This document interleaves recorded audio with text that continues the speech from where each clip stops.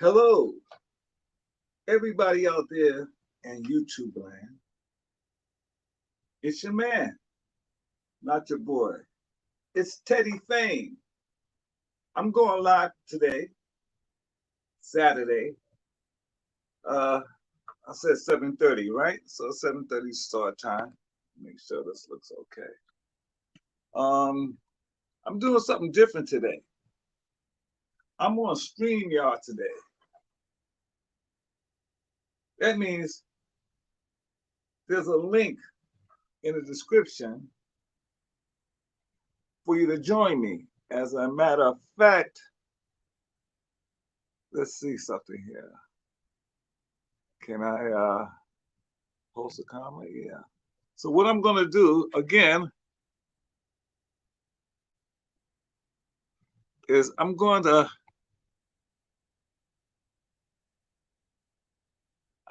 add. Okay, I just add the link again to the comment. There's the link right there. So hopefully, when you guys come to join me this time, I was wondering why this is not connected. I thought I connected it to my stuff. Maybe this one I have to do it differently. This is new to me. I'm doing something new today with the StreamYard and so forth. So I need you guys to bear with me today, although there's nobody on right now. So I'm just basically talking to myself at this moment, which is perfectly fine for me while I work out the kinks. I was hoping to get the toolbar over here to work, but apparently that's not working. But eventually, what should happen, hopefully, what should happen, it should show up here. Started a couple of minutes early. It's not actually 7:30 yet, so most of you guys probably join me in a few. I'm a little early, I have to say. I'm a little early because I'm kind of excited. This is something new. Um, and it's something that I'm looking forward to continue doing in the future. As a matter of fact, I got a few surprises for you guys, for you Platters fans out there. Hopefully, I sent the notification to a couple of my number one friends. I don't call them fans; I call them friends because if you're part of this,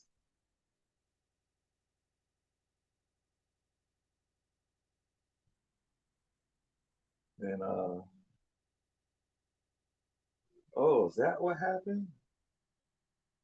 Oh, is that what happened? That's why. You know what? That's right. Last time it was three of them. I'm still trying to work out the kinks on this thing here, so continue to bear with me. I thought I had set it up for a few things to be operating, and it's not operating the way I thought it was going to be, man. So I'm kind of bummed here right now because I thought I'd be able to see this. What I'm going to do in the future is I'm going to try a test run in the future because it ain't even streaming. Huh? Start sending video stream. Yeah. Hold on a second here. Hold on a second here. Start sending us your video stream. I am.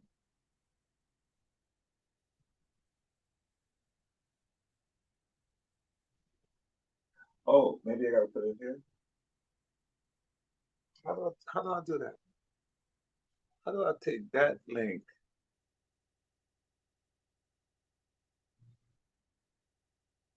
Where's the stream at? See, I've seen this before work.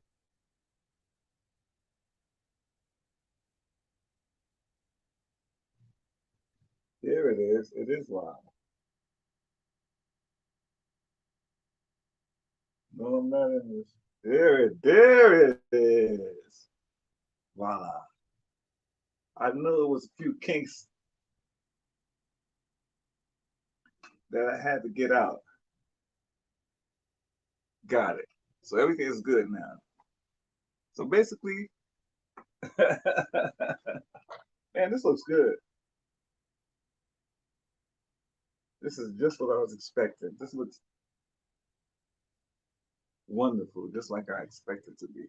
Okay, so now that we sat here, um, I'm Teddy Fame. This is new, the StreamYard. So what I did today, because I want to invite some of you guys. I'm not wired up, so you might hear some background music. There's a club across the street that has a live Mexican mariachi band playing there, so you probably hear that in the background. So I have a link in my chat. That link is open for anybody who want to join me on this live stream. Instead of typing, we can actually talk. First of all, hopefully everybody can hear me, right? If everybody there. We had somebody they left. Still, we're gonna be here for a while because this is something new. And a while, because I have a lot of things I want to talk about. There's a lot of stuff I want to start talking about with you guys. Man, this is really cool. This is really great. Really great. I love this. I absolutely love this setup. Absolutely love it. I was hoping that the skyline is going to get, that's the remnants of the sunset. So that's going to get dark in a few minutes here. And I think you see a reflection. Hopefully, when that gets dark, I'll find out if that has something to do with my lighting. Because I like the lighting now. Yeah, I like the lighting. Everything looks good. Well, like this way or this way? This way, this way. So we got the stream, y'all. This is really cool. This is really cool. I can't tell you how excited I am now because this is the next level. This is the next level of my progression into the YouTube community. That's it. That's the word I was looking for. I was stuck for a word. What was the word I was trying to look for? Right now, I'm just going to do a little babbling. This this babbling I'm doing is just killing some time to some people join, and then we'll get into the discussion. What I've been doing lately in preparations for this new live stream I'm doing now is that I have what was his name? Doo-Wop. I want to make sure I say your name correctly, buddy. And I hope you join me later so we can get to meet each other. Doo-Wop TRB. I owe him a great deal of gratitude and thank yous. We did a show. I think we did this show. Yeah, it says on the clip. It was a show we did in 1989. It was the summer of '89, and we were in Seaside Heights in New Jersey, and there was a guy there filming us,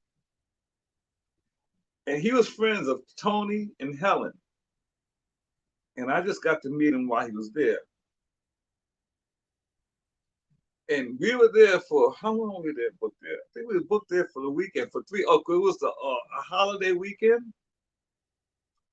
I think it was Labor Day or 4th of July. I can't remember this one, but it was an extended weekend. So we was booked for 3 days. And this guy, and we did 2 shows a night. And he filmed he was there every night. Excuse me. And he filmed every show. If you can hear me, just want to make sure my level's good. You can put a 1 in the chat. Just put a 1 in the chat. This way I know that you can hear me. Because I got to put on my glasses. All right.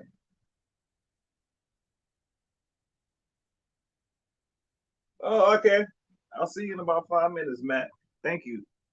So yeah, I'm gonna continue talking now that I know everything's good. My buddy's here. So I was waiting for Matt is here. He's gonna join us in the stream out in a few minutes. And for any other Platters fans who would like to join us, the link is there in the description. Come right on in. Gotta put my glasses if you're gonna be taping. Can I be talking to you at the same?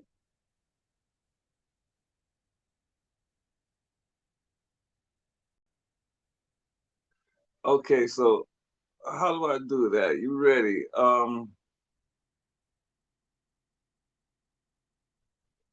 Yes. All right, there you go. Add to stream. Hey, Mr. Fame.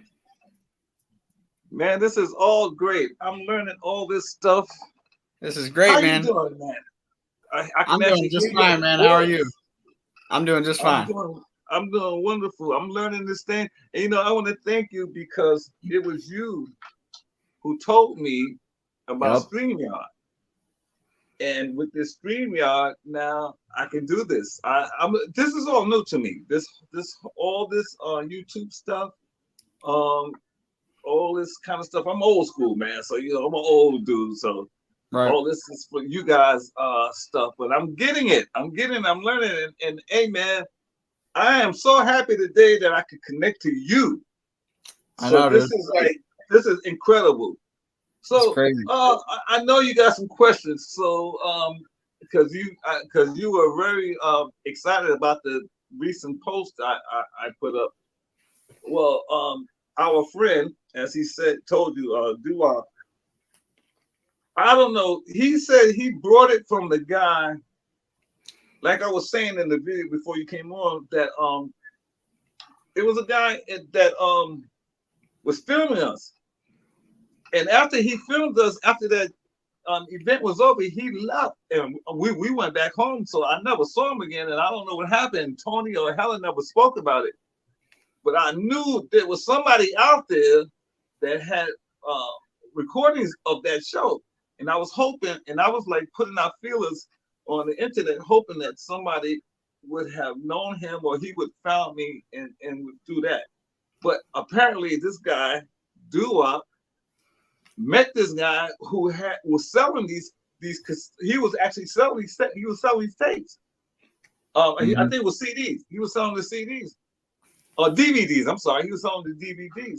And so Dua brought a DVD for him. And then he sent me an email and told me that you're not going to believe it, but I got a performance of you with the Platters.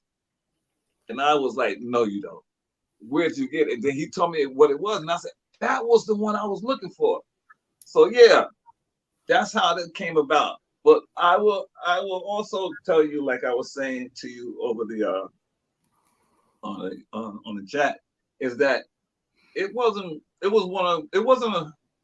let's see, that was 1989. Tony died in 92.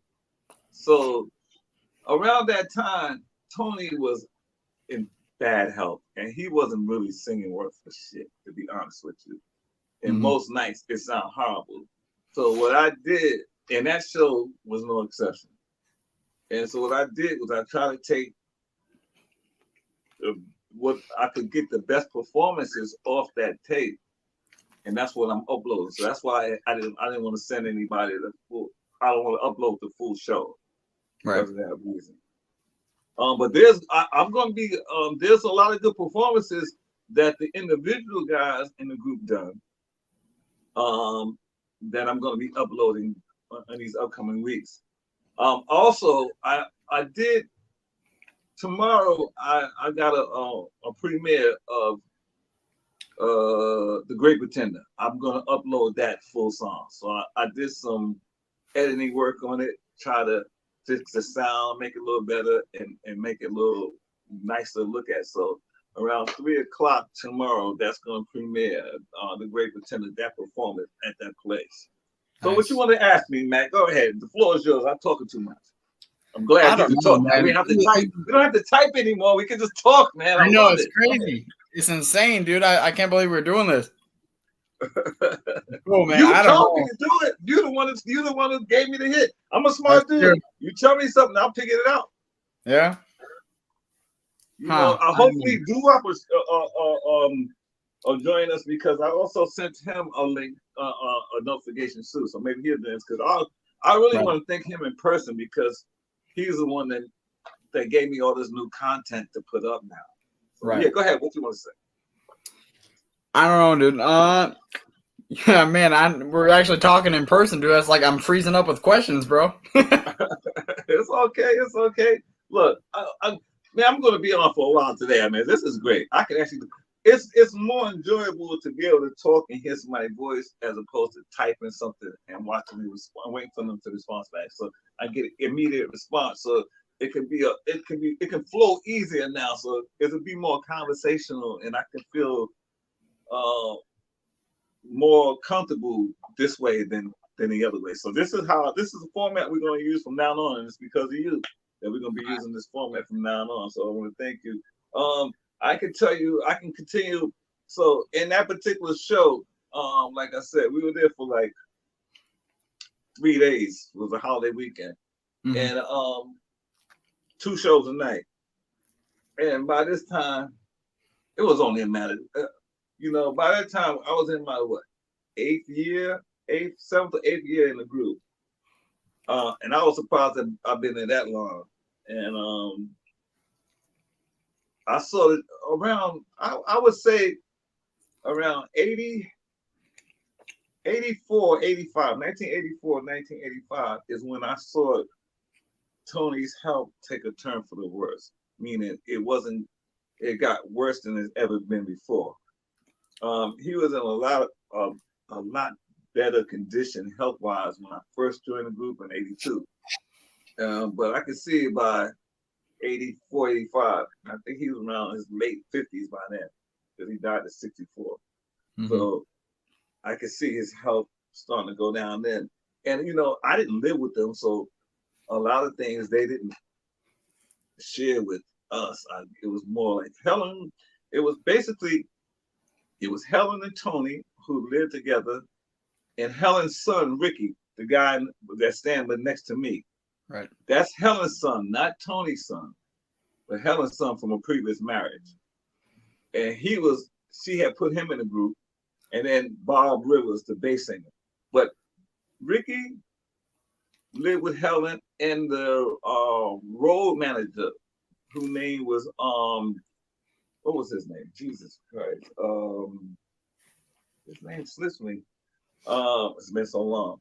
But he was more like a road manager valet because he was like, Joe Burks. Joe Burks. I cannot forget his name. I love you, Joe. I miss you.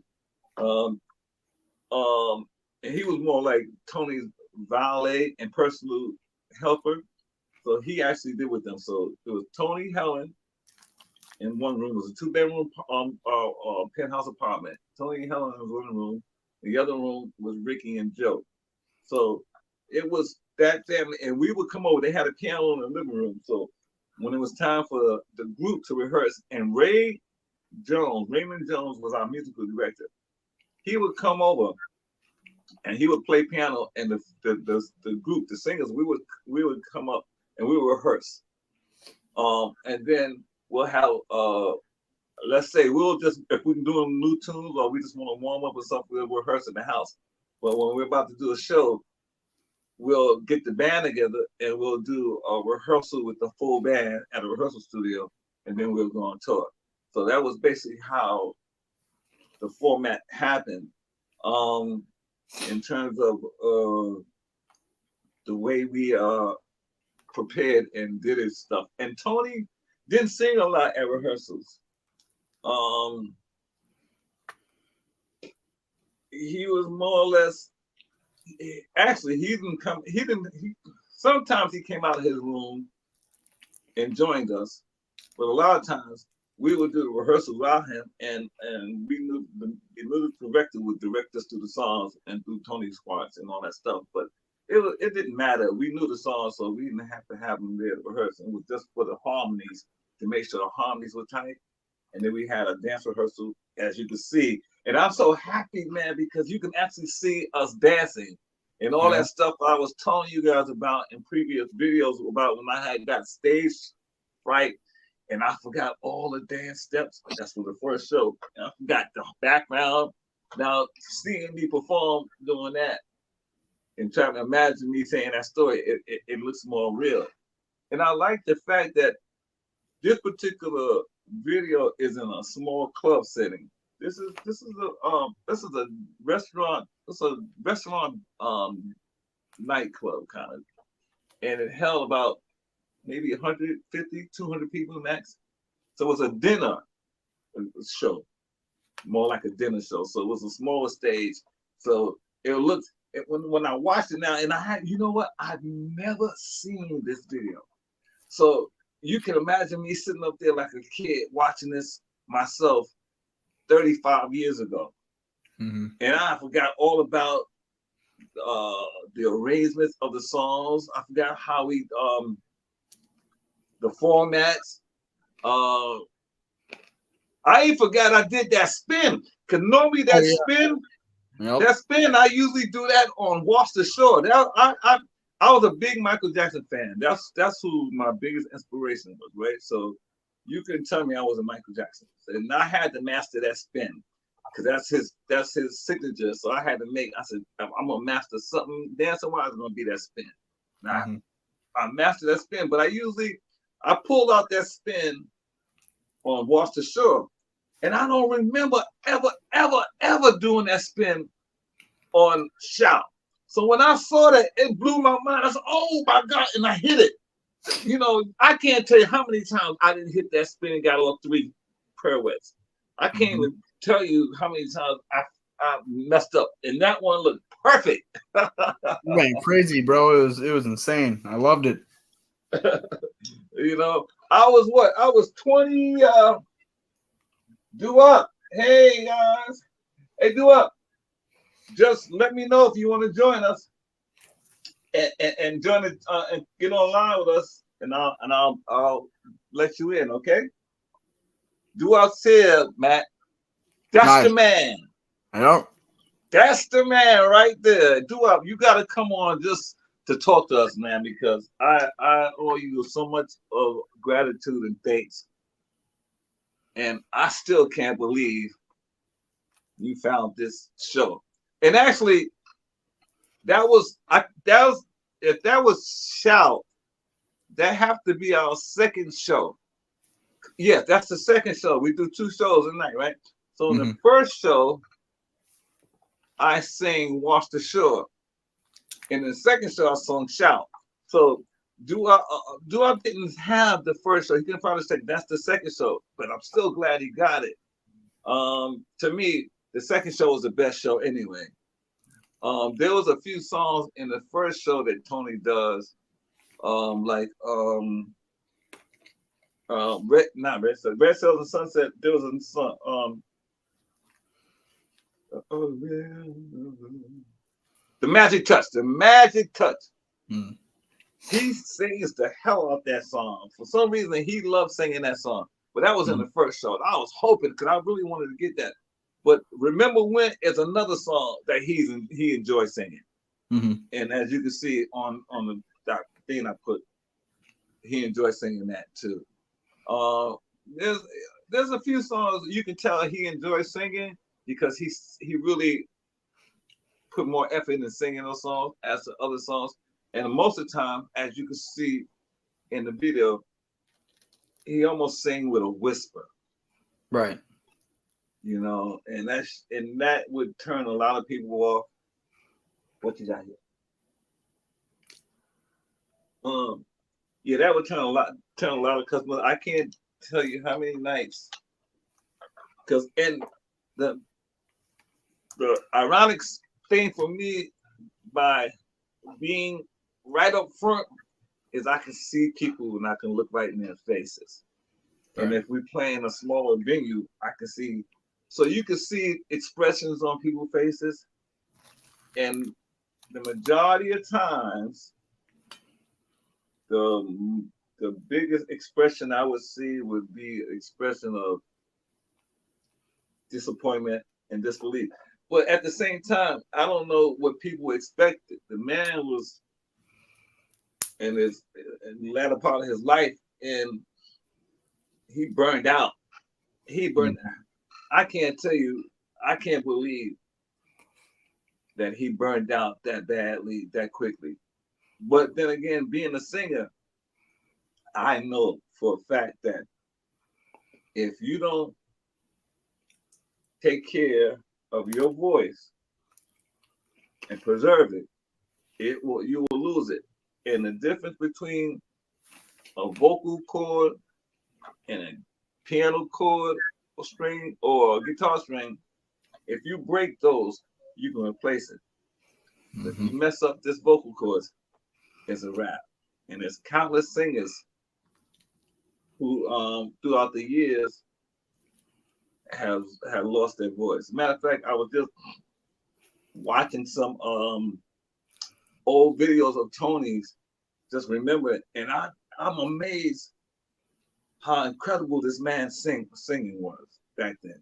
Right. But then again, that was between 1955 and 1959. So Tony was in his mid to late 20s then. So he was in the prime of his vocal dexterity at that time. So that's why those songs sounded so great. Okay, because he was in his prime vocally wise at that age. He was like I said, between 55 and 59, he was in his mid 20s to late 20s. I think he was like 29 or 30 in 1959. So he was in his height of his vocal thing. So you can't expect, because even listening to that, me doing shout, right? Man, I don't sound like that. I was here. I said, man, listen, this my voice. It sounds so young. My voice sounds so young. You know, I don't sound that young anymore. Uh-oh. Who's this? Hold on a minute, man. I'm getting all this stuff. All right. Oh, LB, you come. LJ Bennett. You always follow me. You can join the chat too. Okay, come on. I'm gonna let you in. Doo-Wop is already. I'm sorry, Doo-Wop. My bad. I'm gonna let him in. Hey, Doo-Wop. How are you?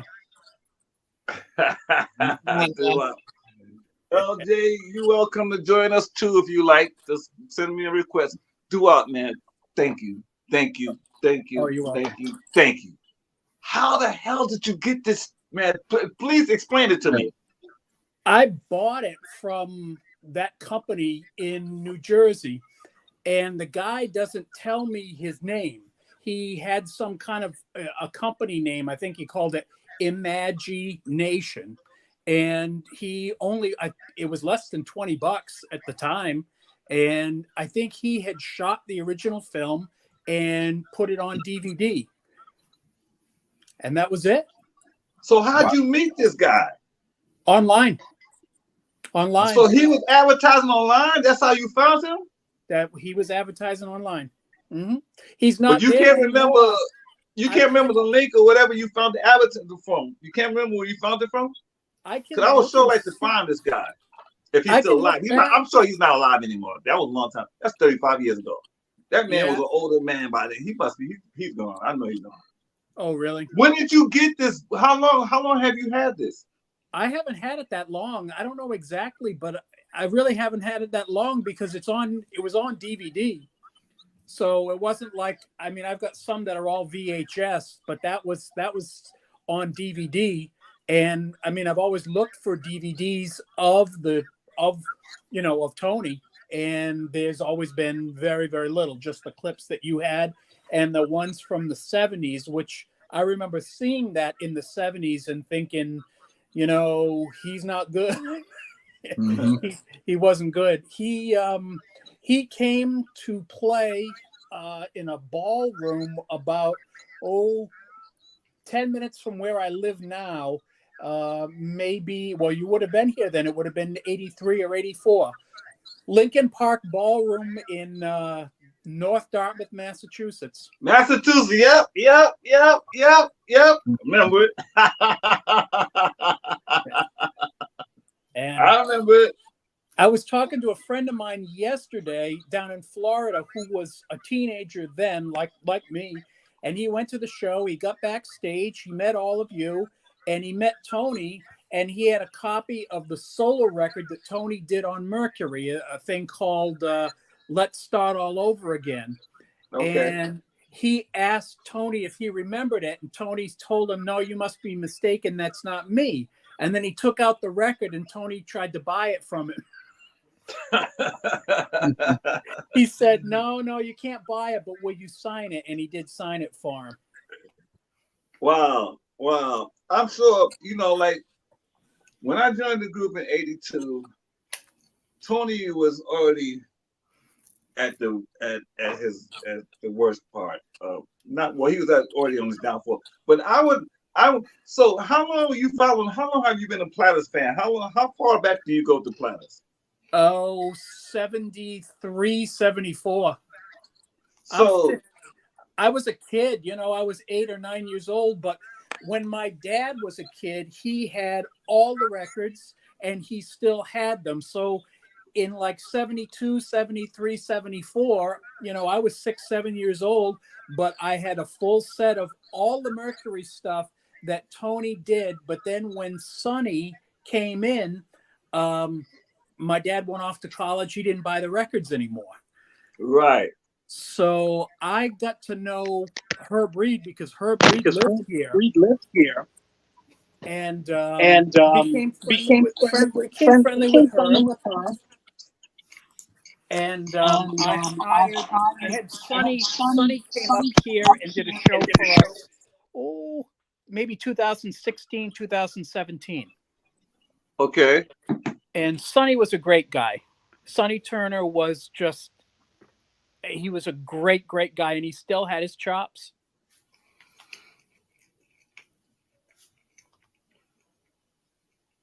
Mm-hmm. He was a good guy. But, the stuff you had said when you were talking about Helen and, that like the featuring Helen Williams, that's how all of us felt, Mm-hmm.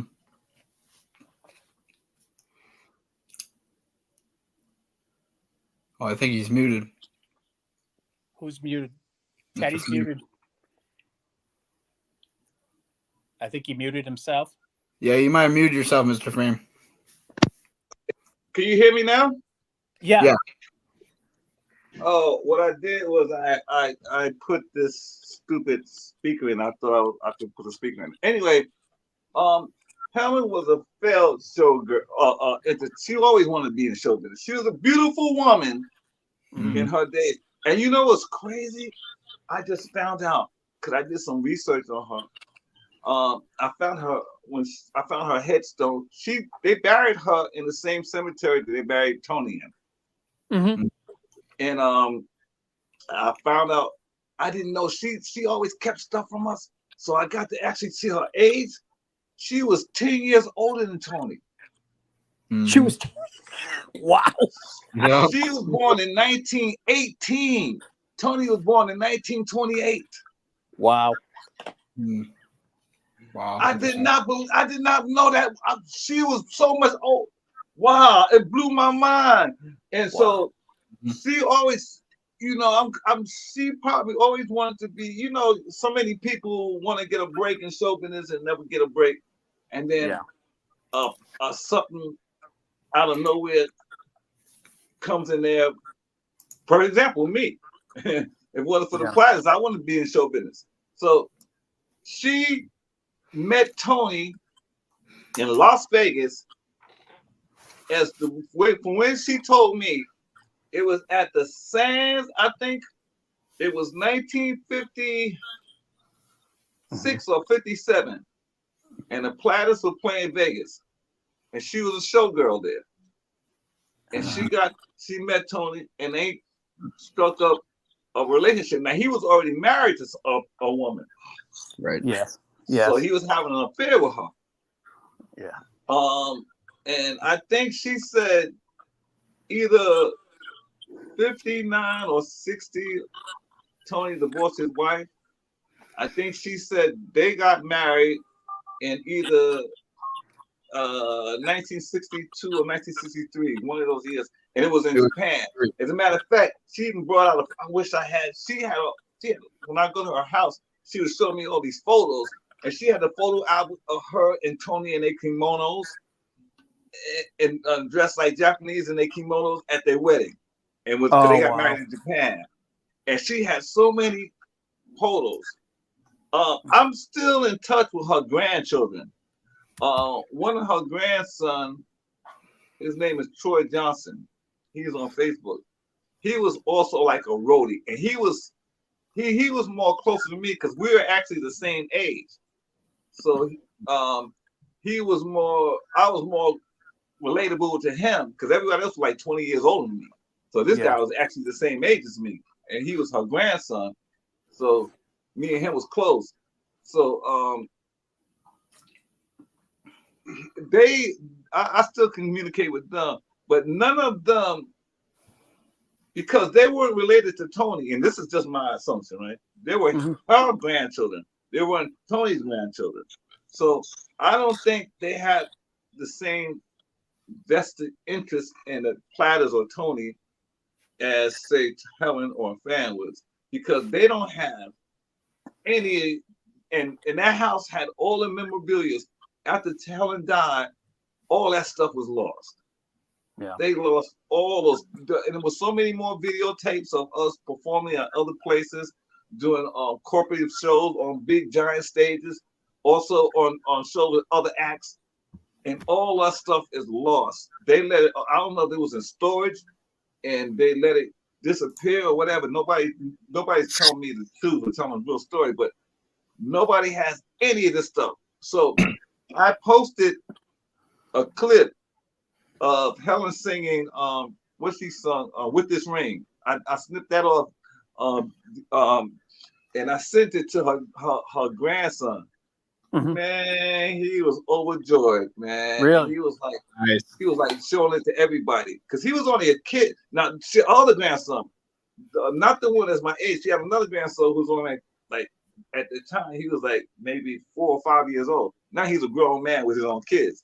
So and he's also a friend of mine on Facebook. So when I sent it to him, he started sending it to the rest of the family, and they were so thankful because they never saw that show. Right. And to actually see Helen singing lead and stuff like that. So that was, so you made a lot of people happy. I just want you to know. Well, that's cool. A lot of people that are close to Tony Williams is very happy today because of you, man.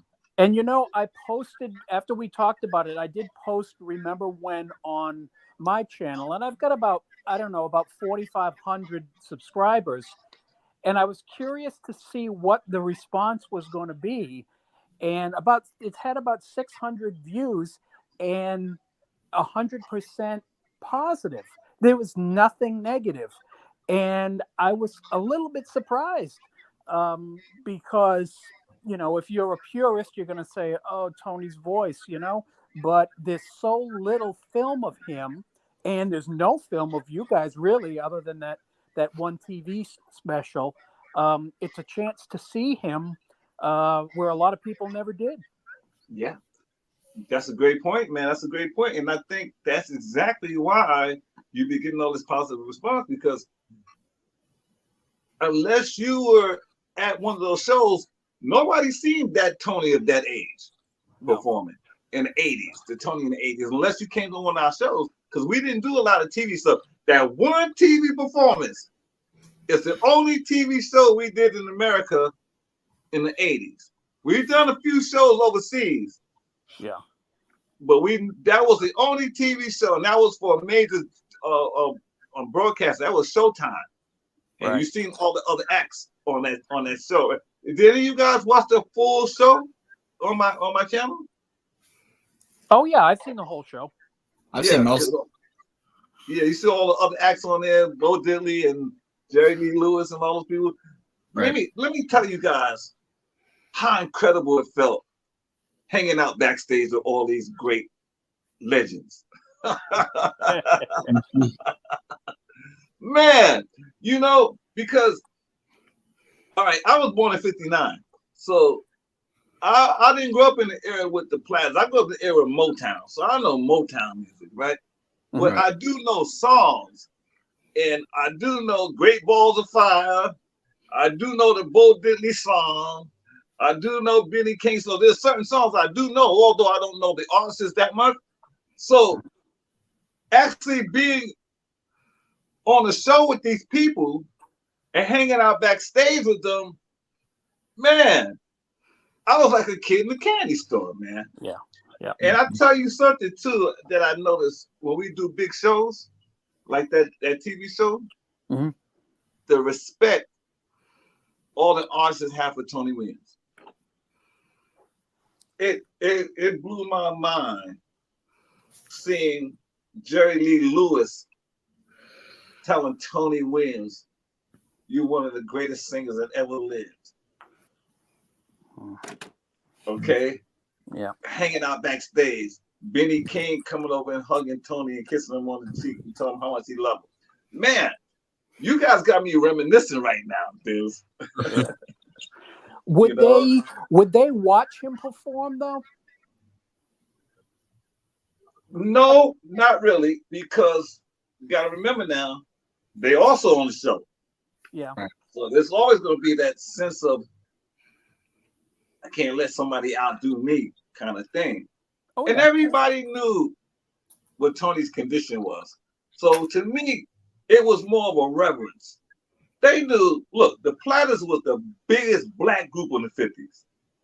There was not other artist or group in the 50s that was black that was bigger than the Platters. So all these groups I just mentioned that were black, they all looked up to the Platters because the Platters, right, had the Matt, the number one record on the pop charts. Right.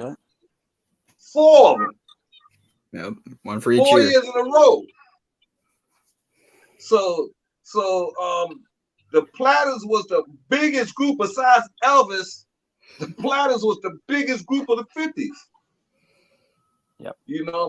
And it's one thing to know that as a fan, but it's another thing to see the other artists, his peers, show him that respect and appreciation. They know Tony wasn't the same Tony of the 50s. He couldn't sing like that anymore. A lot of them couldn't sing like that anymore either. I mean, Jerry Lee Lewis wasn't sounding pretty that good either, to tell you the truth. Yeah. And then a lot of the other groups, they didn't have like the original lead singer singing those songs. And that's one thing I could say to you guys that gave me so much pleasure and joy to know that I was in a group with Tony Williams, not in one of them other Platters. Right. Because I could have easily have been in one of them other Platters. Yeah. And I was talking to somebody today. I was talking to somebody on Facebook yesterday who saw the post I put up, and she put up a post of another Platters group and say, "This is her friend." And I said, that's only a tribute group. She goes, "Well, he said he was with Zola Taylor's group." Yeah, okay. So he was with Zola Taylor's group. Right. Zola Taylor was a background singer. Yeah.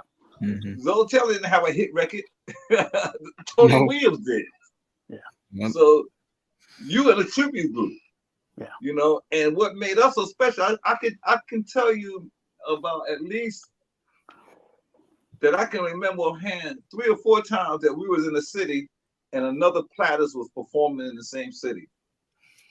And when the word got out that Tony Williams was in town, a lot of those audience from the went to see the other group wanted their money back and wanted to come see us. Yeah. There were 4 Even when with I Tony was sounding the way he did, because it was still Tony. yeah, when I was a kid, so this is in the 70s, there were 4 I knew of, and we knew of 4 Platters groups that were around and working. There was Tony, who almost never came up to this area.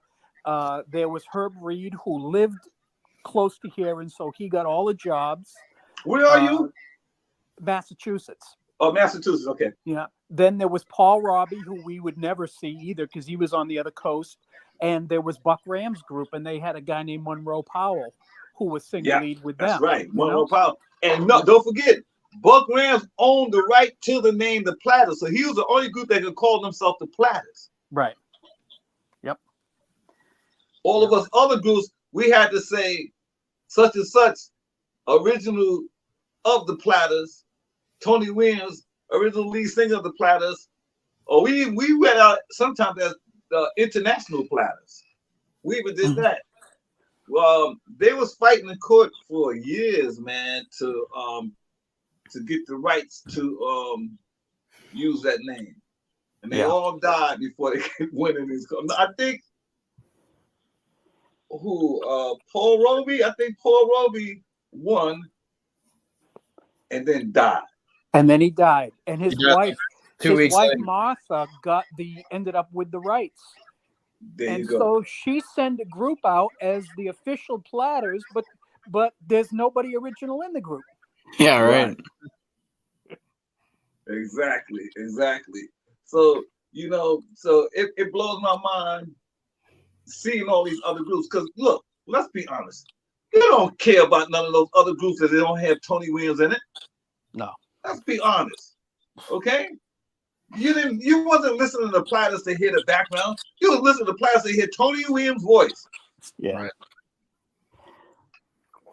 You know, and I can remember at the Rock and Roll Hall of Fame induction, they were sitting at the same table. Herb, Zola, and Tony, and Helen, and me, and a road manager, and it didn't seem like to me that they were like long lost friends. You know, I think there was, and I'm reading into this because nobody spoke to me specifically and told me this, and so I'm reading into this. But I think there was some animosity still lingering with them because they were cordial but not overly friendly, if that makes any sense. I know I talked to Herb after the Hall of Fame, about maybe 3 or 4 months after, and I asked him about it, and he still had a lot of animosity. He always felt like, and he would say that the other 4 people in the group would drink and they did drugs, and like Paul Robbie ended up leaving the group because he got busted with drugs. You know, Tony drank too much. David, I don't really know, but Zola had a lot of issues too, and Herb just couldn't stand that. And I said, well, did you get to talk to Tony? And he said a little bit. He said he's not doing too good, is what he told me. He just kind of shook his head and said he hasn't changed. Well, you know, those guys, if you ask them one individually, they would tell you not in a million years that they ever thought that they would be as successful as they were. Right. You know, so these guys were working as freaking car wash Yep. and as a fucking car attendant. Yes. Okay, Yep. that's how they was making a living Yeah. before this thing happened. So they come from nothing, and they wasn't eased into something. They was exploded into something. You know, and a lot of them weren't prepared for it. They weren't trained. They weren't groomed for it. And then you had a person like Buck Rams, who was a seasoned pro in this business. Okay, he was a manager, a songwriter, a piano player, the whole thing, producer, the whole thing. So he was the perfect. They were the perfect group for him to express his musicality through. And was just so lucky he found a voice like Tony Williams that was able to convey his music. You know, because they never look. Buck Rams' estate is still living house to hog off the Platters catalog. That's right. No, none of the other members in the group ever lived as close to the lavish life that Buck Rams had. The mansions this man owned and all the stuff. You know? Well, they never got any royalties. No. Oh, I'll tell you a story. That's a funny question. The thing you said. So in 1963, because Tony had wrote a song, wasn't a hit song, but it was on the album. It was on one of the albums that was a hit. So he was getting royalties for that particular song. Don't ask me the name of the song because I can't even think of it now. But Helen was telling me the story. So after Helen and them got married, they came back to America. Normally, Buck office would send over the check for his royalties for that song, but they never got it. I think they had a falling out, or Helen said she was disputing the money or something, so they went straight to BMI, and I don't know how she finagled it, but they got the check sent directly to them instead of going to Buck Ram. She said the check was over $300,000. Oh, I believe it. Yep. It's amazing. And Buck sued them for that money, saying that was not rightfully their money. All of the money wasn't theirs, but a lot of it was. So BMI they didn't split up the royalty individually. They just gave the whole lump sum, and Buck was supposed to split it up. You see? Yeah. But Helen got her hands on that check. Wow. So yeah, there was a lot of that stuff going on, man. And I'm telling you, I wasn't there, so everything I'm telling you is from what was told to me, either from Tony, Helen, or somebody that was familiar with the situation. And it was rough for Tony in the 60s. I think he was having a drinking problem before he even joined the Platters. Yes. He had to, because for his voice to deteriorate that quickly, that means he's been drinking probably since he was a teenager. Right. You know? Yeah. So that's the only way I can think about it. Because look, this year in September, I will be 64 years old. That's the age Tony was when he died. I am in no condition to be dying right now. I'm in probably the most healthiest condition I've been in years. I just went to the gym today. Had a nice workout. I eat right. I don't drink. I don't smoke. Well, I stopped drinking, stopped smoking. I don't do drugs. I smoke a little marijuana, but that was about it. And I eat healthy. So does that mean you can still do that spin that you did in the video? No, I can't do that. Dude, let me tell you. That shit amazes me. I can't tell you how many times I watched that video. I can't tell you how many times I watched that video. That shit amazes me. I did a triple spin. Yep. Wow. And that was a little ass stage, so I ain't had a lot of room. Normally, when it's tight like that, I might stumble because I don't have enough room. But so for some reason, and I can't even remember, man, because it's so long ago. Yeah. But you know, they were nice when I had boo-boos and the spinning come out good. So Yeah. for that particular one to come out, oh man, I can't tell you how great I feel seeing that. Did No, those days are over. Those screaming days are over. The voice is still good though. The voice Now, is still good. I can still. Matter of fact, I sing even better now than I did back then because now the voice is more mature and it's more seasoned. And Yeah.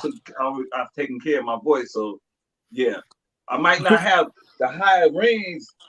I probably lost a little bit of my range, but I have more control and tonality and all that other stuff that I didn't have back then. What you saw back then, that was just raw talent.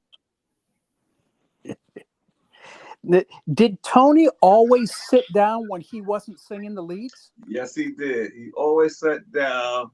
Mm. He couldn't stand up for a very long time. Wow. And as you saw, he wasn't dancing or doing a lot of nothing. He had a stroke. So his left hand he would hold like this. Mm-hmm. Yeah. So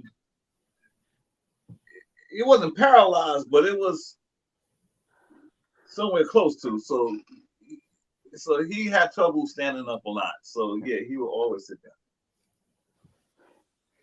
You said on one of your videos that he fell down. Oh yeah. you want to hear that story? So we was in Aruba, and we was booked in Aruba. This is one of those times we were booked for a whole month in one club. This was in a casino host. It was called a Golden Tulips. If you ever go to Aruba, it's a hotel called it's a hotel casino called the Golden Tulips. If it's still there, and they had a showroom, and we were booked in the showroom for a whole month, and it was sold out every freaking night for a whole month. Every show was sold out. That was my first experience having every freaking show for a month sold out, and we were the only act. So that means we have to do like an hour, I think it was an hour 15, hour 25 minutes, something like that, somewhere between there. Mm-hmm. So everybody in the group gets to sing 2 songs, besides Tony singing the songs. Right. So they were trying to wean Tony off his alcohol because he had to drink, or he wasn't going to sing. Yeah. But he didn't have a limit. He would fucking drink till he's gone. So we have to kind of. So what they used to do is they used to cut his alcohol. So they would pour half of it out and put water in it. Yep. They would do that until he got hit to that because he realized his drinks wasn't as strong as it used to be. And this particular night now, we in this hotel, we booked this beautiful right on the fucking beach, man. And you can walk out the hotel room and walk right to the beach, man. It was a beautiful, beautiful, beautiful time there. So I guess they were being lax with Tony, and they wasn't the valet wasn't following protocol. And Tony in the afternoon that day was sitting in his room and got pissy drunk. And the show time was 7:30. So since we all had our rooms, we would just leave our rooms. We would get dressed in our rooms and just go straight to the go right show down. Yep. And go right down. So I would meet everybody in the dressing room. So I probably got there, and I had the timing figured out ready. So I'll probably show up like 5 minutes before showtime because I had it all figured out. So I got there. And I walked in, and I saw Tony sitting over in a corner like this. And I said, "Oh shit, we in trouble now." And the valet road man, she was hectically trying to get some coffee and some water and stuff to wake Tony up and get him. Because I said, "Oh, this ain't gonna be good. This ain't gonna be good." Somehow they got him up. So what happens is, as you saw in the video, we come out. Oh, you didn't see it because I didn't put that up yet, Matt. But Doo-Wop know what I'm talking about. In the intro, we'll come out and we'll do "Zing with the Strings of My Heart." No, we don't. Was that the one we do? That's what. No. That's how it started. And Tony comes out first, and then he holds out his hand to kind of help Ellen up on the stage. Right. So normally, we'll come out and we'll do that song first, and then Tony will get up and start singing. Mm-hmm. So as normal, we come out, we do Zane, and then Tony comes out. And he came out and he walked straight to his mic. And he was already unstable walking to the mic. And I know this wasn't going well. So luckily, this particular, at this showroom, the stage wasn't big enough for the band and the group. So we had the band used the stage, and we had the part of the dance floor for the group. So they had the 5 mics lined up across the dance floor. Mm-hmm. So we had enough space. I'm always in the middle, as you can see. So I look to my right, there's Helen, Tony. To my left, there's Ricky and Bob. So halfway through the first song, I saw Tony doing like this. So I looked down. I could see him from my peripheral vision, right? I could see somebody swaying. And I looked over and I said, oh, shit. Tony ain't going to make it. Because if you notice how when people are drunk, how they act, they're like they're about to fall or something, and they don't even catch themselves.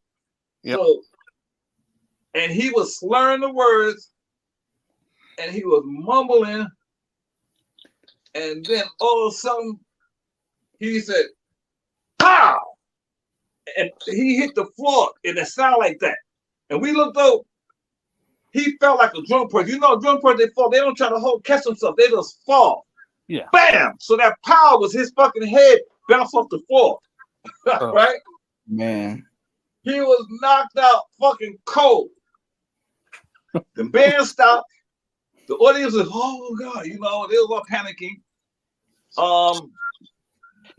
Me, Ricky, and Bob, the 3 of us, we picked Tony up and we took him and we carried him off the stage and we took him back to the dressing room. A nurse, they called for a medic from the hotel to come down.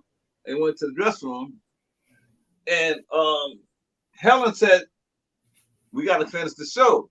So she told me and Ricky is a baritone, and me tenor, second tenor, we got to sing those songs and finish that show. So we've been, shit, this is years being in this group, so I know these songs like the back of my hand. So that was my first time ever having to sing one of Tony's songs live. And we finished that show, and the audience was so loud. They gave us a standing ovation. A few people in the audience mingled around. They wanted to find out if Tony was okay, and we let them know over the intercom that Tony was fine. He wasn't feeling well. You know, we ain't gonna tell him he was drunk. He wasn't feeling well. He had the flu or something. And they took him back to the hotel. They took him back to his room. The next day I came to visit him. That sucker had he had a knot. Yeah, yo. Oh wow. He had a fucking knot in front of his head like this, about this big. Did he even remember what had happened? Oh man, I'm laughing now, so I'm showing you. This memory comes back. I'm laughing when I saw that knot.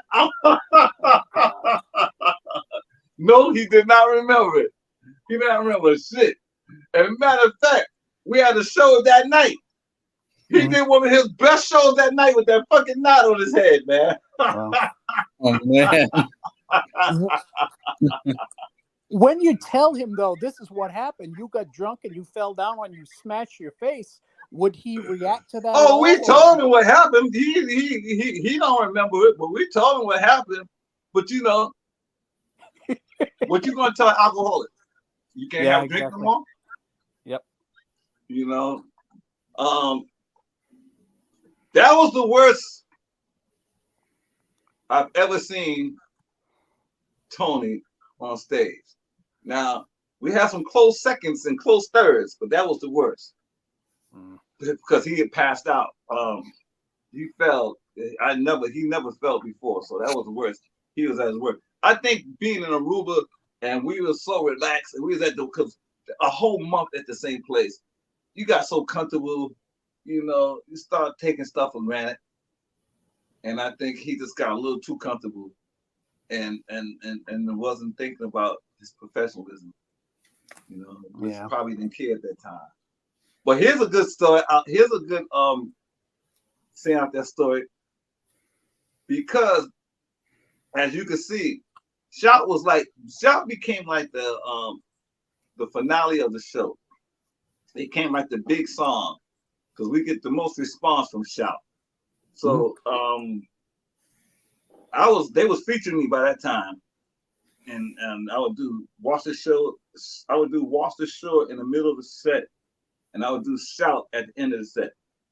And they would have either Tony would come out and do My Prayer after Shout, or if he wasn't in the same group, Shout would be the closer. And the good thing that came out that it was a club owner that was there in Aruba and came to see the show. And I don't think it was that particular night. It was another night. But he enjoyed my performance of Shout. And he booked us right after we finished our, because we didn't have another booking after that month performance. So he wanted to book us right after we finished. He said, don't go back home. Come straight to Miami Beach. And he had this hotel like the one we came from with a showroom in it on Miami Beach. And it was a 50s kind of thing because he had in a lobby, he had all these old 50 cars.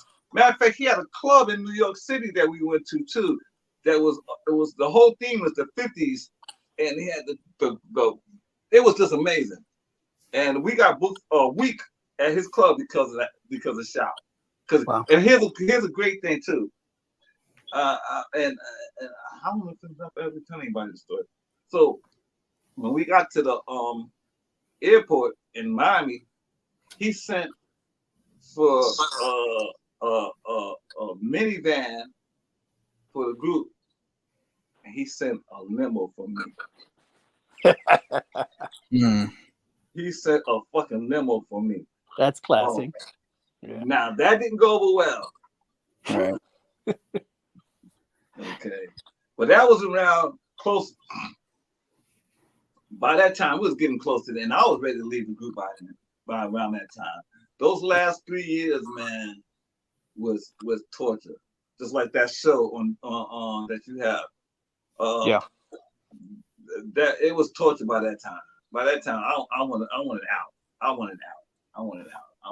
And I was just looking for my escape route. And my escape route came in 1991 when we was booked in Aruba and me doing Shout.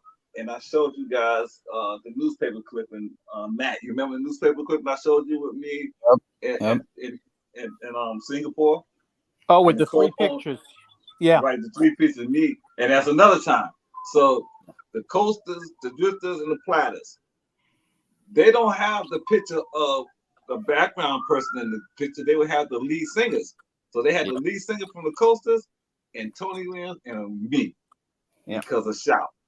And because of Shout, the club owner in Singapore offered me a contract to book me there without the Platters, with my own show. And he offered me $5,000 a week to do that. That was my out. And it just so happened was when we went back to America, we had a slow point for a couple of months, so with no work. So I took him up on his offer, and I took my little band, and we went over there, and we went for 2 months, and then we came back to America, and we had some dates with the Platters I had to do, so we did those dates, and then the next year, Tony died, and I called the club owner in Singapore, and I said that is it possible for me to come back out? And he said, we would love to have you come back out. So they brought me back out to Singapore. This is after Tony died in the funeral. And I went back out to Singapore, and I stayed there for 1 year. And then from there, I got a booking in Tokyo, Japan. And I ended up with this agent that was booking Japan. He ended up, it was supposed to be for 3 months. That shit ended up being the whole decade of the 90s. Wow. I didn't come back to America to 2000. Wow.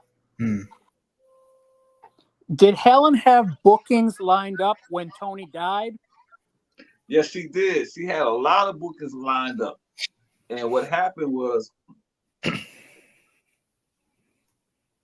a lot of once Tony died and it became public knowledge, then a lot of the clubs wanted to cancel because the only reason they wanted us was because of Tony.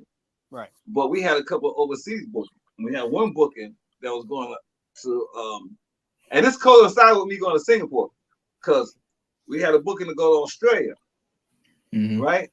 Now I was thinking I was going to go to Australia and go leave and come back to Singapore. But we had this guy named Derek David. He was the guy who placed I took in the Platters. And he was there from 73 to 82. 73 or 72 to 82. And off and on. There was another guy named Ricky Black that was there too. So between those two guys. But when I met them, it was Derek. So I was an understudy for about a week. And the thing was that Helen, she wanted me in that group. And so when Derek told her that he was gonna leave, she had me come, she paid me to be an understudy and just come and watch the shows, you know, and not go on stage, and I went with them for like 2 or 3 shows and just watch the show. No, not 2 or 3 shows, I'm sorry. 2 shows and watch the shows and watch Derek perform because I was taking his place.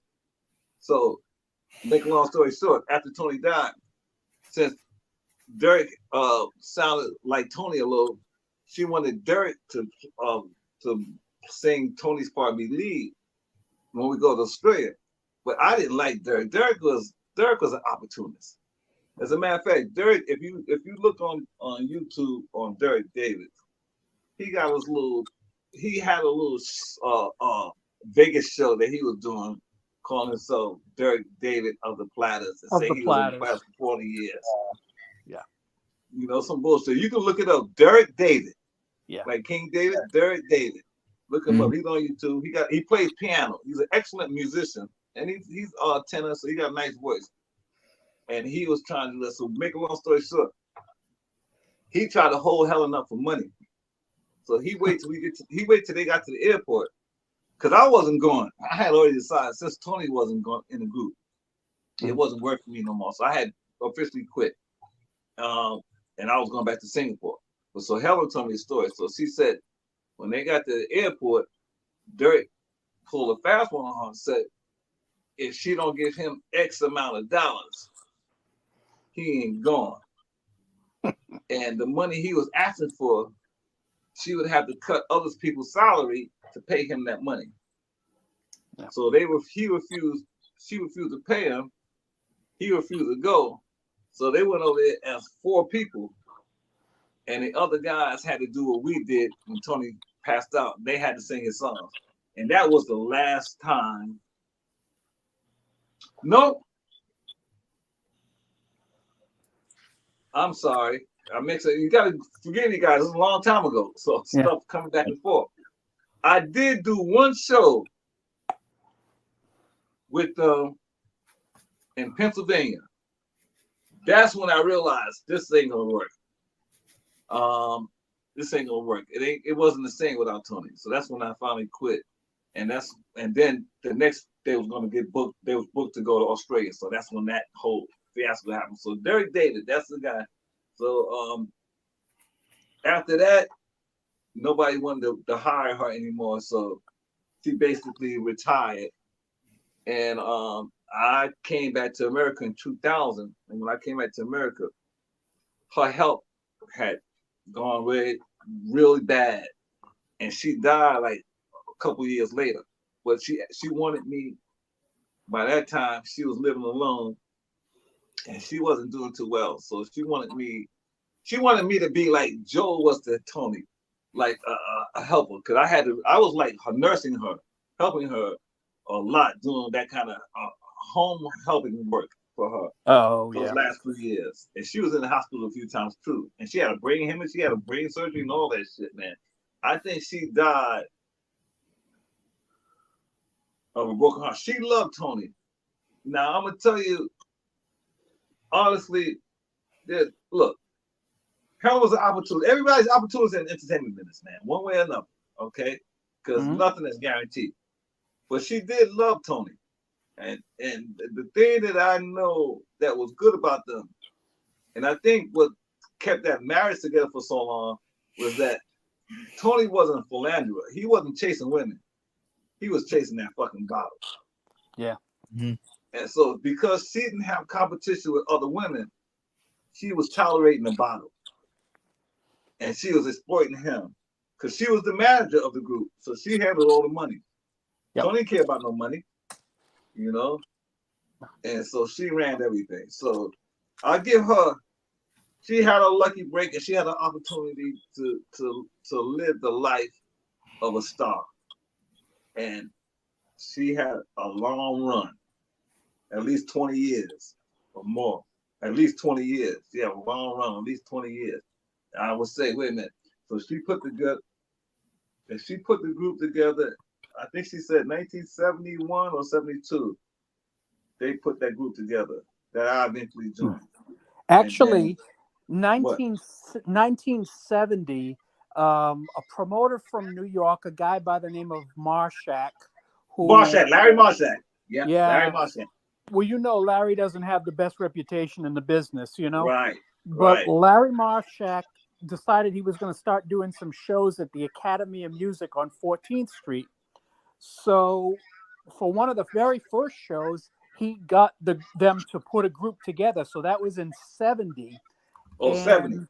Okay. It was, at that time, it was Tony and Helen and her son. And Ricky. One of the other guys was Ernest Wright from Little Anthony and the Imperials. Ernest Wright was there for a minute. All this, man, see, you fill in blanks for me now because this is stuff that I was told about, but I wasn't there, so I don't know. So keep going. Yeah, Ernest was there for, I don't know, about 2 years, and I haven't seen Ernest now for a number of years. You know, growing up with the music, I ended up writing books and ended up, it's not my full-time job, but I've produced about 40 shows here with a lot of the artists. Most of them are gone now, but Little Anthony and the Imperials were up here. They did a show for me in 2007, and I got a chance to talk to Ernest a little bit, and all he really would say was that Tony at that time he still sounded pretty good, but he was drinking a lot. Eventually he went back to the Imperials, and for a little while, a friend of mine named Tony Middleton, who was he was a Broadway actor and singer, he took his place. So he sang with Tony and Helen for a little while. Yes, and also another guy named Lenny Welch, right? Yes. Yeah. I don't know how long Helen told me about Lenny Welch. She showed me some pictures. Good looking guy. Yeah. He's still around too. Lenny's still around. He's in his 80s. Really? Yeah, he's on Facebook. Okay. Yeah. I don't know him, but this was what Helen told me about him. Oh yeah, nice fella.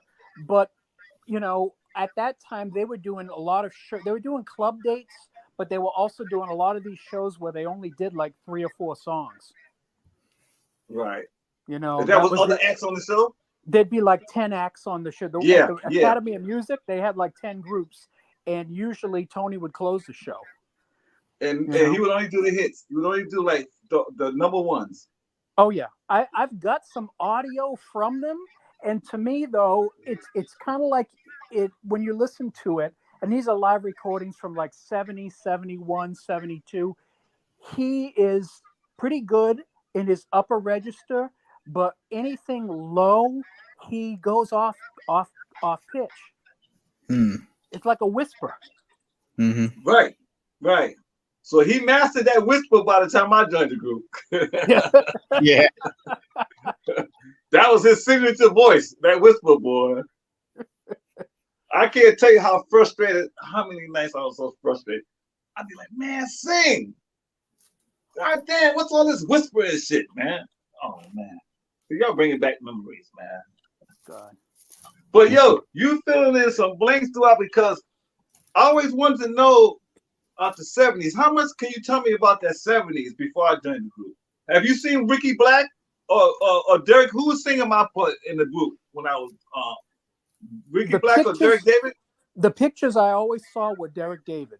Right, Derek David. And there were a lot of years that we heard nothing. And then in, I want to say 89, a guy that I knew. He passed away last year. His name was Wayne Sterling. Wayne Sterling, I remember that guy. He did a big, long interview, and it got on the cover. In fact, I got the magazine. It's right here in front of me. Discovery's magazine, December 1989, where he did a full interview with Tony, talking about his history, talking about the group. Helen talks about the members of the group. She talks about all the band members in the story. And there's pictures, but it's not a picture with you in it. It looks like it's an old picture with Derek David. Yeah, she never wanted to take. Okay, here's another part to Helen. Helen was in her late 60s, early 70s by the time I got in it. Well, her middle 60s by the time I got in that group. When she took those pictures with Derek David, she was what, in her 40s? So so she didn't want to take no new pictures. Yeah.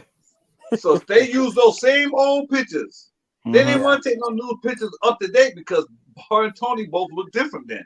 So I was like, I'm in the group now. Why people asking me after shows, how come mine in the picture?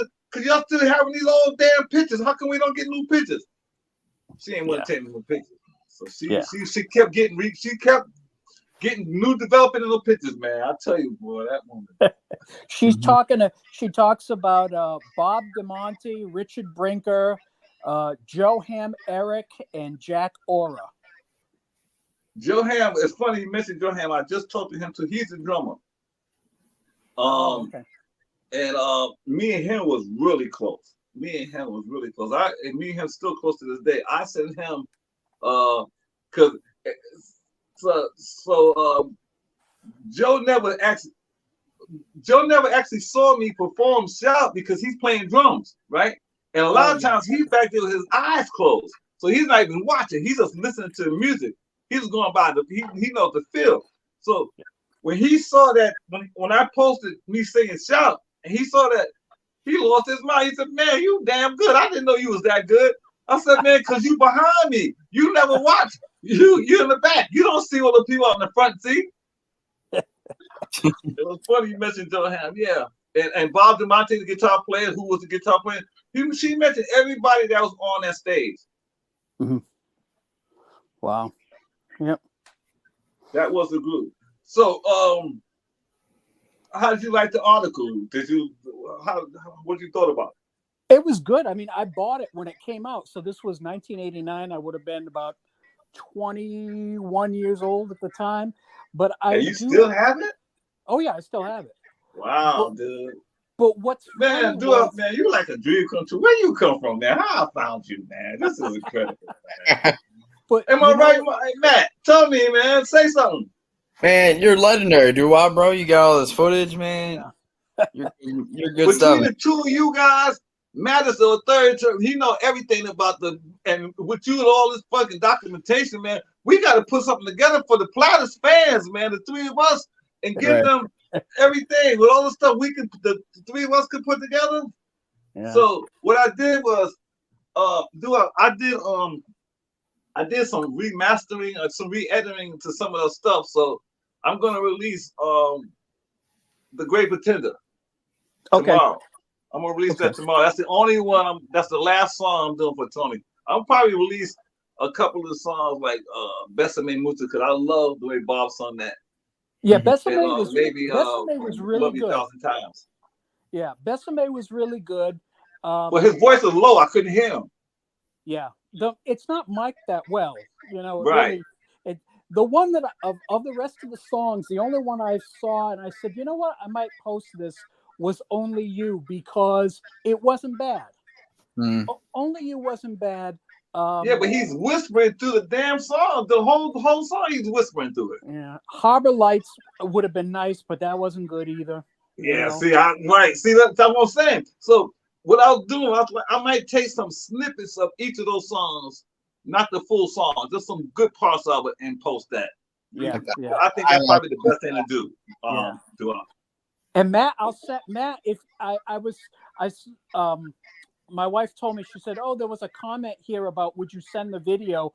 And it's like, if Teddy doesn't have a problem with it, I'll send you the video. But like I told him, and we talked about it, it's like I wouldn't post the whole show because Yeah, I already told Matt. He already knows. I I told you feel about like that with him. I feel like, you know, there are people that are interested, but it's like Tony's been gone for 30 years, and it's not fair to his memory to show him at his work. Right. Exactly. Right. Exactly. That's it. And I agree with you 100% on that. That's why I said no. What you said was a smart thing because, you know, even I'll tell you right now, I'll get criticism from people right now about me posting some of this stuff and saying some of these things. I was like, why are you talking about Tony like that? If you was a member of the group, you should be representing him instead. I'm just being honest. I'm telling you guys the truth. Right. Yeah. I guess people don't want to hear the truth. No. I worked with a group. I don't know if you would know the group. The group was called the Dubs. Yeah. Long time ago, and they had a lead singer. His name was Richard Blandon, and he wrote their songs like "Could This Be Magic" and "Please Don't Ask Me to Be Lonely." And he was an alcoholic, like one of these guys who was about 110 pounds, and he was only in his 50s at the time, but he was like a fall down drunk. But when he opened his mouth to sing, his voice was exactly as it was when he was young. And people couldn't believe it, but they kept putting him out at the show every night. And they would say, oh, he got out of his sick bed. He's got the flu. He's got a bad cold. He hasn't been able to sleep, you know, all this stuff. But if you knew him, you knew what the problem was. That's what they say about Tony. Yeah. Right. Nobody said that Tony was an alcoholic. They would say everything but that. Right. Doo-wop wasn't the Dubs, didn't they sing Chapel of Dreams as well, if I remember? They did. Yep. And we've done a few shows with them. We've done so many people, man. Jesus Christ. I can't tell you how many. I probably forgot most of the people we've done shows with, man. Because we did a lot of one-nighters. A lot of one. What you was talking about, well, we only do like 20 minutes. So we only do like the hits. Yeah. Right.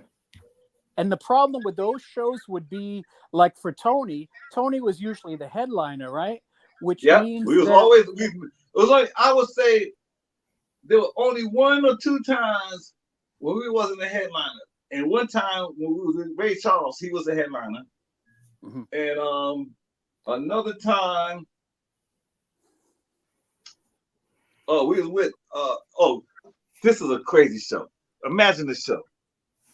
The Ohio Players, Howard Melvin and the Blue Notes, and the Platters. A New Year's Eve show. Wow. Can you imagine that? Yeah. And the Ohio Players was the opening act. Wow.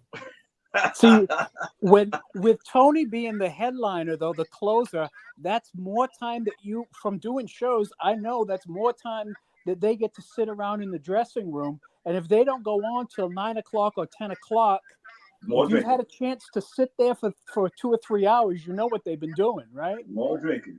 Yeah. And by the time they go on, it's not good. Like I said, he would not go on stage without a drink. All right. And so it was just a matter of monitoring his drinks and not letting him get over abbreviated so he can't sing. You know, we had that problem at one time where he passed out on stage, but most of the time the road manager, valet, he usually have Tony, he knows just how much of drinking Tony will be okay singing with and not go overboard. Yeah. So, and look, talk to you guys now, and you guys have got me going back into my memory bank, and I'm thinking, I was in this group for 10 fucking years. Yeah. 10 years. It baffles my mind to even think about I was in that group for that long. And the big hits that he had with the group, that was 5 years.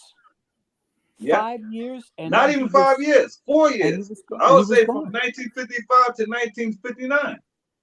Yeah. I mean, after they got when they all got arrested, that really changed a lot of the things because people wouldn't play their records when the 4 guys got arrested. Right. And here's the thing that nobody knew about that Helen told me that Tony told her. That's when he quit the group. Mm-hmm. That was his chance to get out of the group. Because what happened was, after they got cleared of those charges, Right.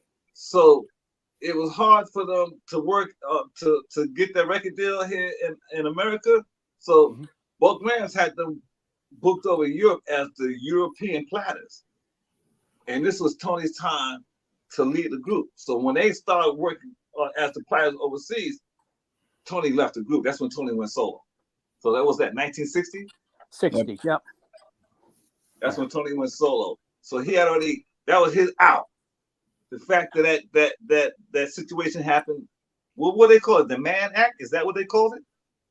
No, what happened was there were 4 female prostitutes that went up to their hotel room with them, and they were all either I'm not sure if they were Caucasian or Latino, but I know they were mixed race anyway. Yeah. And Yeah. I think pretty much it was a setup.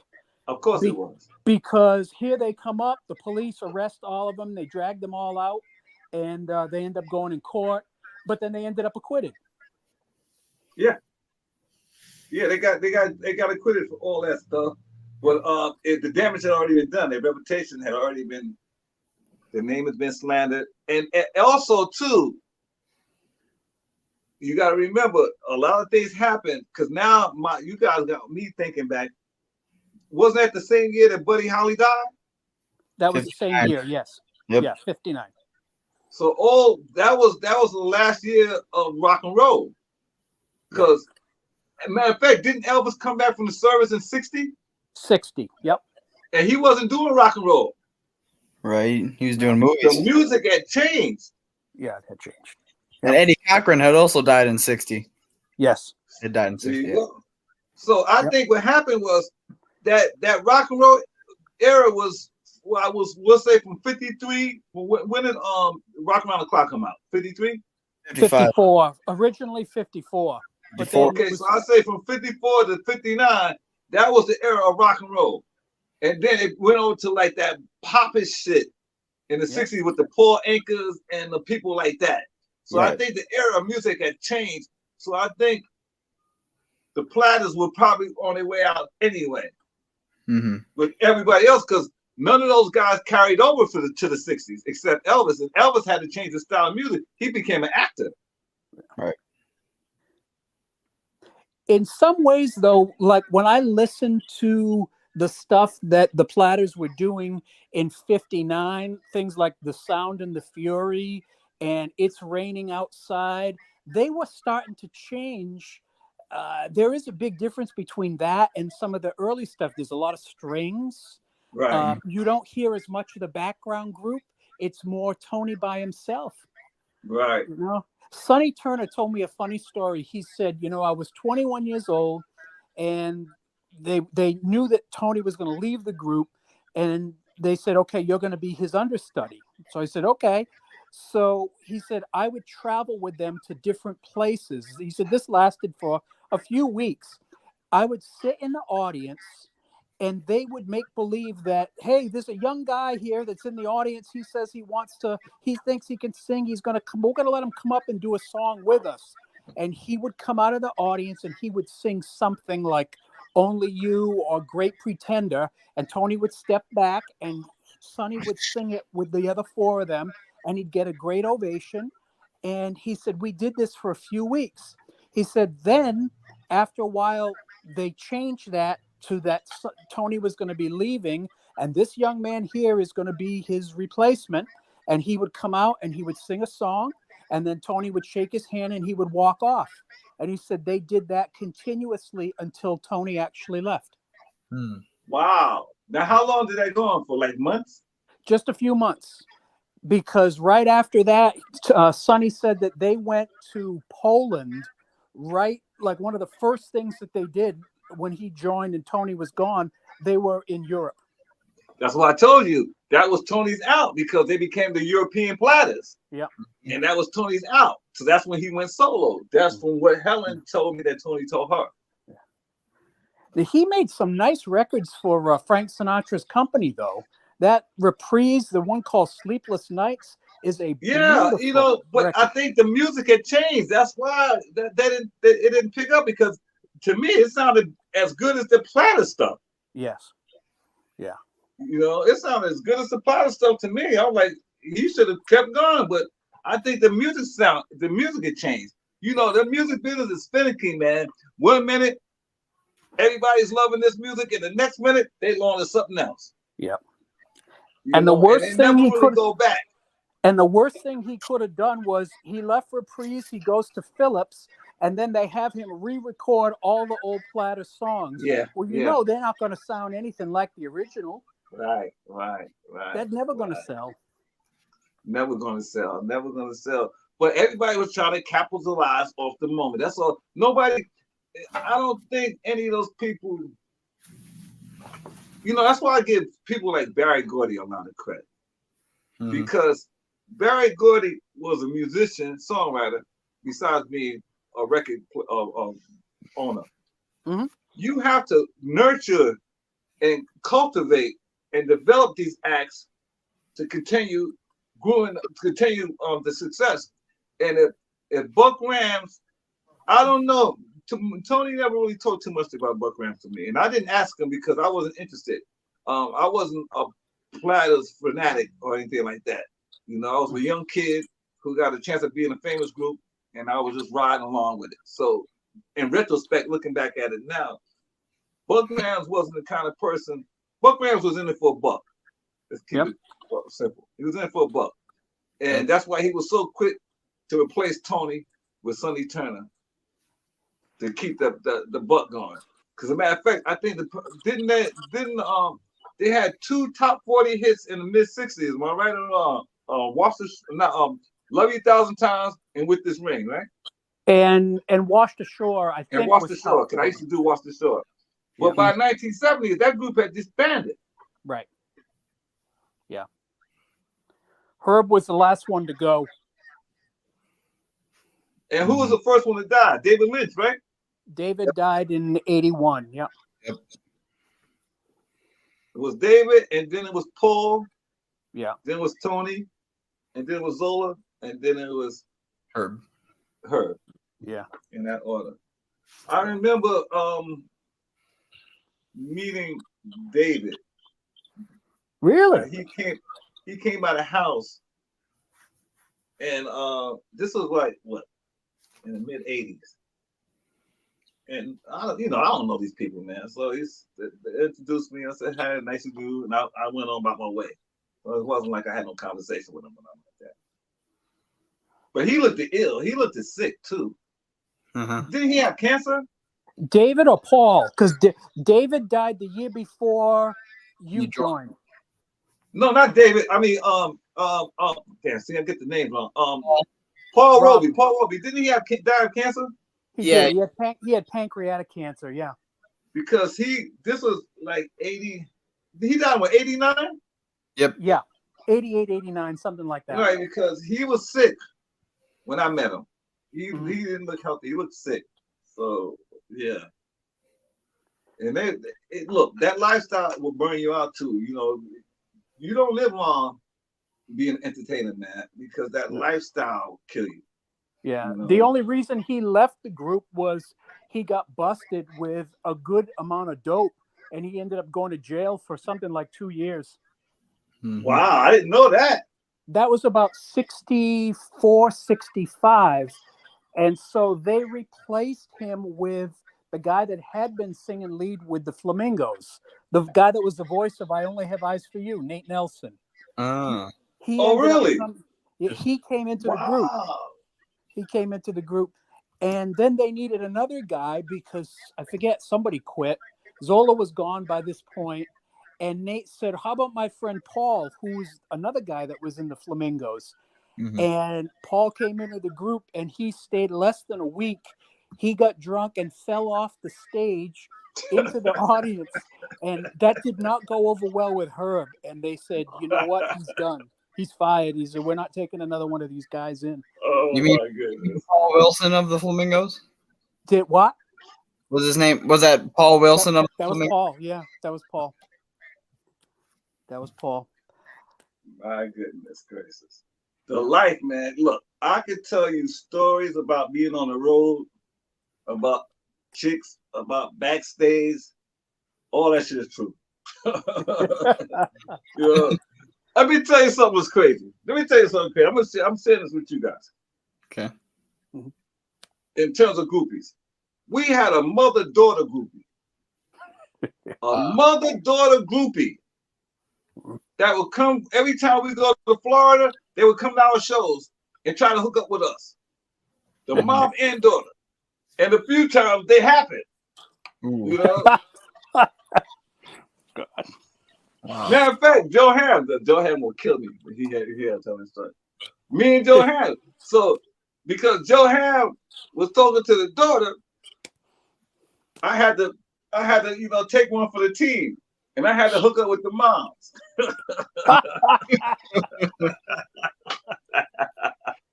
Joe Ham, I hope you never see this. Please don't ever see this.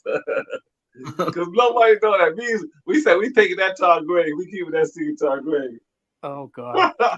Now, you mentioned something about the teenagers, Frankie Lyman and the teenagers. Now, Jimmy Merchant, who was one of the two originals, he's still living, and I've gotten to know Jimmy very well. I was helping him when he was working on his book a couple of years ago.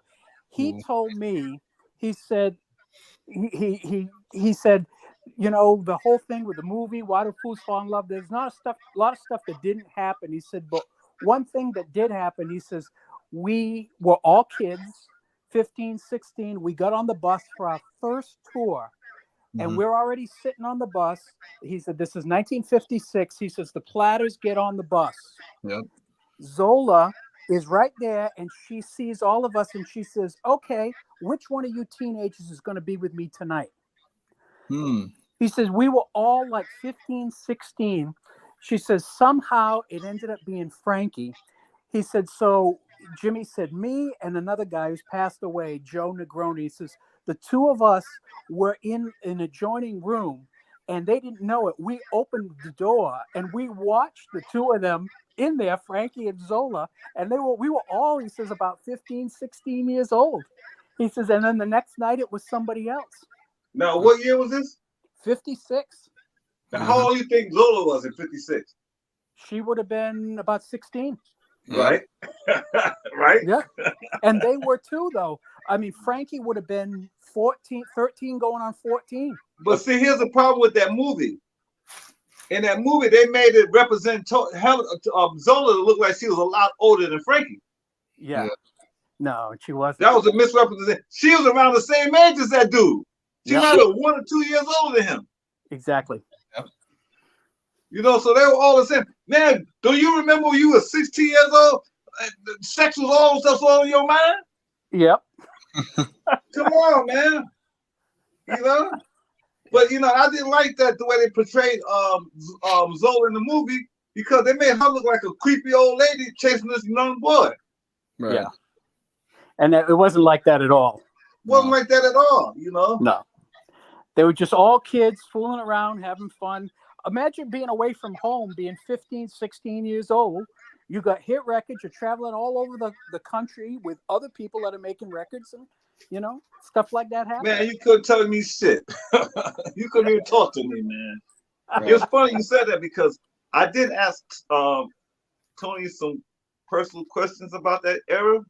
And the one thing I do remember that stands out in my mind, he was telling me, at that time, we were all young. He said he was in his mid-20s, 23, 24, 25, somewhere around there. Yeah. And you know what the weekly salary was in 1953, 54, 55? It was like $35 a week. And that was on the high end. You know, so when they had a hit record, Buck Rams had put them on salary. All right. So now Buck Rams gave them a salary, this is what Tony told me, of $250 a week. Wow. He said he thought he was fucking rich. $250 a week when everybody else was making $35 a week. Yep. Now, if he was getting $250 a week, do you know how much fucking royalties they was getting? Yep. That Buck Rams was not sharing with them Yeah, right. because he had them on salary. Yep. But Tony said to me, he said, we didn't care about that. Man, I ain't never made that kind of money in my life. Yeah. You know, I was able to buy nice clothes and some jewelry and have my song on the record radio. Shit, you can talk to me. I didn't care about no royalties or none of that stuff. He was telling me. But that's how it was. That's how it was. They didn't know anything about it. Yeah. 250. That actually surprised me because the drifters that were out at that time were getting $100 on salary a week, and from that they had to pay for their own meals and pay to get their clothes cleaned. The drifters wasn't the Platters, okay? No, Yeah, they weren't. The drifters was not making the kind of money the Platters was selling, the kind of records the Platters was selling. And they weren't crossing over like the Platters either. The Platters could play in supper clubs, nightclubs, all things like that. Exactly. That's what I'm saying. So for Tony, $250 a week, he was rich. Yeah. Coming from the car wash. Yeah, he was fucking rich. Yep. You know, people wasn't making, especially black people, $250 a week on a black man. You out of your damn mind. Right. Come on, man. Herb said he was making more money than most white people was at that time. Yeah. Herb said his job when they started with the Platters was he would park cars in a parking lot. Like you'd put your car there, you give him the keys, he would take it, put it in the spot, hang up the keys till you came back to get it. That was his job. I think he got Tony a job working with him there. Oh yeah. Yeah, because Tony was working as a car attendant. He was a parking attendant. Tony, so from what I know, from what was told to me, hey, wait a minute, didn't you say you know Linda Hayes? No, it was JB, somebody else. No, I know Linda very well. I knew Linda pretty well. Okay, so Linda, now you correct me if I'm wrong with the story. So Linda was Buck Rams was Linda's manager, right? Yes. And Linda introduced Tony to Buck, right? Yes, that's right. So Tony was in New Jersey and Linda was in LA. And Linda had Tony come out to LA. Is that correct? That's exactly right. Okay. Yep. So it was Linda who hooked Tony up with Buck. And then because when Tony got out there, he had to find a job. And I think that's when Herb hooked him up with parking cars as a parking attendant until they start making some money. Yeah. There are a couple records that she made that Tony actually sings on before they were big stars. Right. Really? What records, you know? Yeah, one of them was called Our Love's Forever Blessed. And it's a duet. Uh-huh. I'm gonna write that. I'm gonna look that up. That should be on YouTube, right? Is it on YouTube? Oh yeah. Our love is forever blessed. Our love's forever blessed. And it's on Linda Hayes? Yeah, Linda Hayes. And Tony did another one together called Oochie Patchy. Really? Yeah. Wow. And does he get credit as being a duet? No. Nope, he does not. They're also on, she had a record called My Name Ain't Annie, and all the Platters are on that one. But they were just starting out, you know? So wait a minute. Was this around 53, 54 before they got signed to the bigger label? This was 54 when they were with like Federal, when he had them with when it was on the smaller label, Federal. Yeah. Yep. Okay. And then Buck Ram had the Penguins, who had Earth Angel. Right. And he brought them the Mercury, and he told Mercury wanted the Penguins because they had the big hit with Earth Angel, and he said the only way Buck Ram was going to give them the Penguins was if they took the other group, which was the Platters, and they didn't want him, but they said, well, if that's the only way we get the Penguins, we're going to have to take them. Did anybody hear the story that was said that when they first started rehearsing the group, they thought Tony sounded like shit? No, I didn't. I never heard of that. Yeah. They said, I was told, what if I heard that? They said Tony, his voice wasn't ripe yet. They said Buck Rams really worked with Tony to get his voice, get that sound, and it was more rougher and more unpolished, and they didn't really. Matter of fact, is that isn't the first recording of Only You different from the second recording of Only You? Oh yeah. Yeah. Yeah. So the first recording didn't sell. No. And the second recording is the one that sold, right? Right. Right. The first one, there's a whistling. You can hear like somebody's whistling. That's actually Herb that's doing the whistling. But Okay. Herb said we did those like as tryouts, and some of those records they never meant to have them come out. But once we became stars, the company said, "Oh, we got these old recordings," and they put out things that were not very good, but they could put them as the Platters. So who knows the story about Only You and how that song got recorded? How it got recorded? Yeah. I'm not sure. I don't know. Well, Buck Rams had wrote these lyrics to the song, and he didn't like it, and it was sitting on his piano, and his secretary read the lyrics, and she goes, "Buck, this song could be a hit," and Buck was like, "Nah." She said, "Let Tony hear it," and then when Tony came into the office, she gave Tony the lyrics, and Buck was playing it, and when after they heard Tony sing it, Buck changed his mind and said, "Let's record this song." I'm reading here something. It says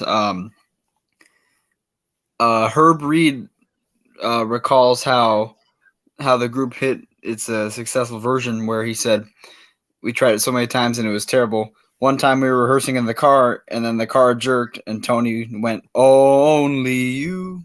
It's That's a great story, man. Yeah. You know what's so that's what crazy, Herb man? said. Yeah. There's so many versions.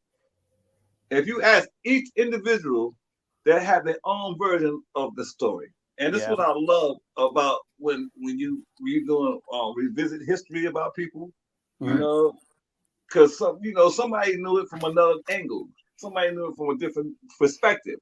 So they're going to take from the perspective, and everybody is right, but they're telling you from their perspectives. Right. You know? Yeah. Man, this is great, man. We're going to be doing, guys, this is going to be a regular for us, man. Well, how long we been on here now? Because we can't be on here for 2 months. Oh, man, we've been on here almost 2 hours. Oh, God. It's up here on the East Coast. On the East Coast, it's 12:30 in the morning, and in 12 hours, I got 15 people coming for Easter dinner. Oh man, my God. Look, it's 11:20 over here. On being this long, but we having so much fun. This is so great. So we're gonna do this at least once a week, guys. All right. We're gonna get together and do this once a week, and I'll let you guys know way in advance, like I always do. I'll tag you in the video, let you know when we're gonna go live again. Okay. Yeah. Okay. So you go ahead. So look, I trust you, man. Do what you feel.